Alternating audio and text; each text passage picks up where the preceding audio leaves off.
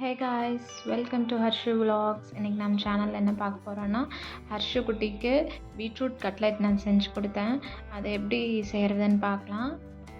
Pressure குக்கரில் நான் 2 உருளைக்கிழங்க சேர்த்துருக்கேன். அது தேவையான அளவு தண்ணி ஊற்றி நம்ம குக் பண்ணிக்கலாம்.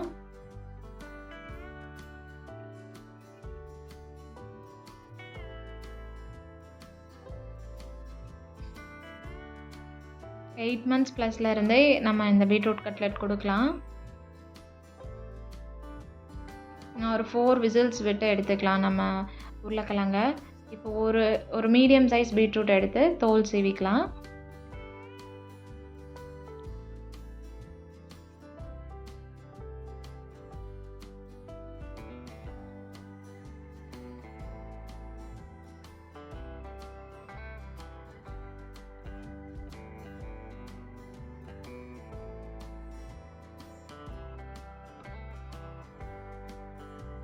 இப்போ நான் அதை நல்லா துருவி எடுத்துக்கிறேன். ஒரு ஃபுல் பீட்ரூட்டையும் நல்லா துருவி எடுத்துக்கலாம்.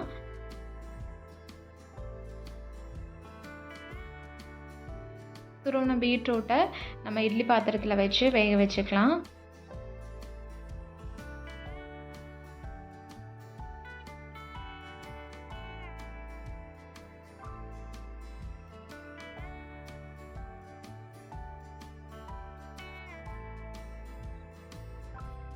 ஒரு 5 minutes வேக வச்சிங்கனாலே போதும். இப்போ உருளைக்கிழங்கு நல்லா வெந்துருச்சு. ப்ரெஷர் ரிலீஸ் பண்ணி பார்க்கலாம் உருளைக்கிழங்கு வெந்துருச்சான்னு.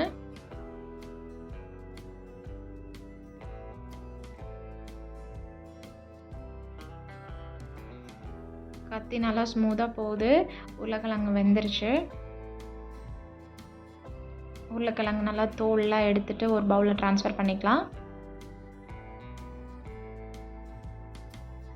இது அப்படியே மசிக்கிறதுக்கு கஷ்டமாக இருக்கும். அதனால் நான் நல்லா 4-5 பீஸாக கட் பண்ணிக்கிறேன். சூடாக இருக்கும், பார்த்து கட் பண்ணணும்.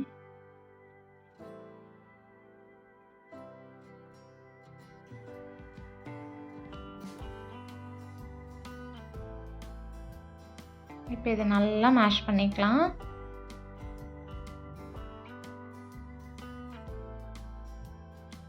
லம்ஸே இல்லாமல் நல்லா மேஷ் பண்ணிக்கலாம்.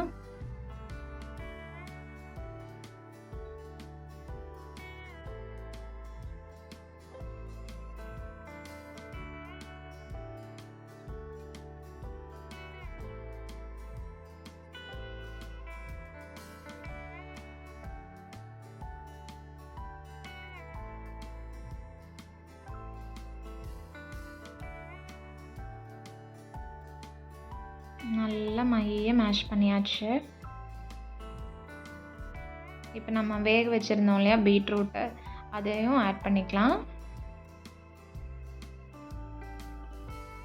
பீட்ரூட் 5 minutes வேக வச்சா போதும். ரொம்ப நேரம் வேக வைக்க தேவையில்லை. துருவி இருக்கிறதுனால சீக்கிரமாக வெந்துடும். அதையும் போட்டு இப்போ நல்லா மேஷ் பண்ணிக்கோங்க.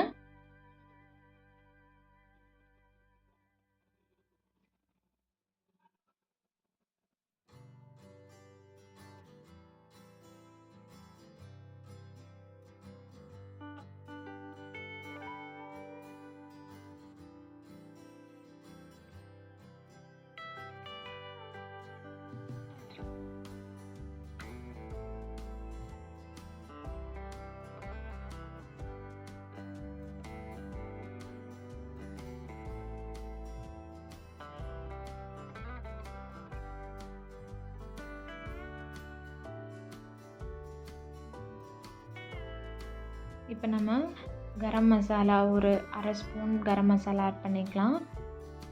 அது கூடவே மல்லித்தூள் ஒரு 1/2 ஸ்பூனு, மிளகாய்த்தூள் ஒரு 1/4 ஸ்பூன், தேவையான அளவு உப்பு. ஸ்பைசஸ்லாம் கம்மியாகவே இருக்கட்டும். கம்மியாக இருந்தால் தான் குழந்தைங்க சாப்பிட முடியும்.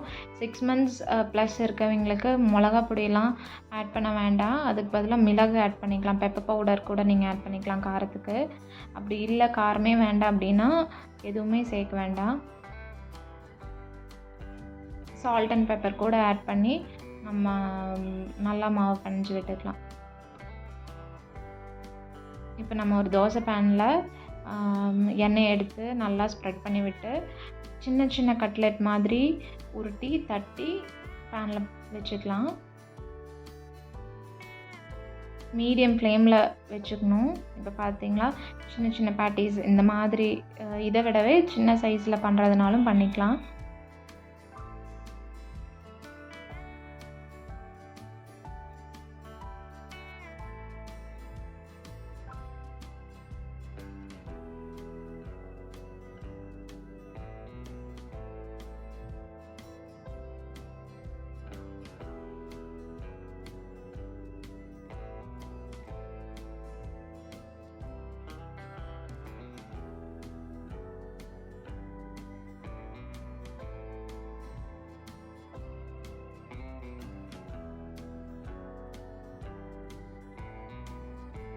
எனக்கு 7 பேட்டீஸ் வந்திருக்கு. இப்போ ஆயில் வந்து மேலே ஸ்ப்ரெட் பண்ணி விட்டுக்கலாம். நிறைய ஆயில் சேர்க்க வேண்டாம். அந்த பீட்ரூட் வந்து வேகிற அளவுக்கு இருந்தால் போதும்.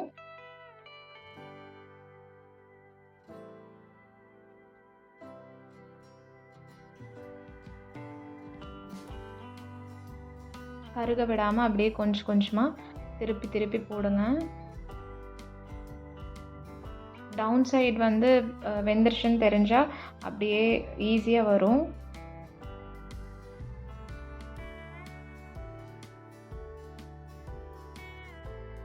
மீடியம் ஃப்ளேமில் வச்சு பொறுமையாக வேக வைக்கணும்.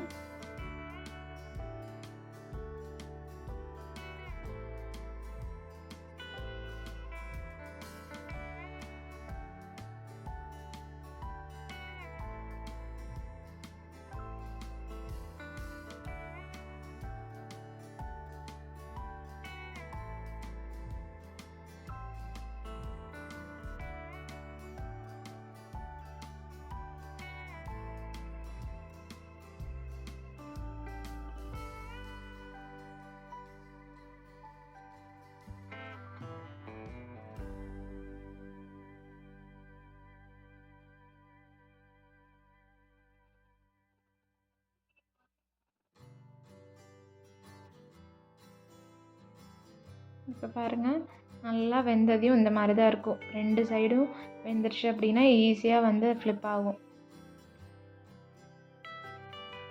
நல்லா ரோஸ்ட் ஆயிடுச்சு. சூப்பரான கட்லட் இப்போ நம்மளுக்கு ரெடி ஆயிடுச்சு. வாங்க ஹர்ஷுக்குட்டிக்கு கொடுக்கலாம். ஹர்ஷுக்குட்டி சாப்பிட்டுட்டு என்ன சொல்கிறான்னு பார்க்கலாம் வாங்க. மயில் எப்படி இருக்கு? இங்கே அம்மா பாரு எப்படி இருக்கு? நல்லா இருக்கா? தேங்க்ஸ் ஃபார் வாட்சிங். நீங்களும் கண்டிப்பாக ட்ரை பண்ணி பாருங்கள்.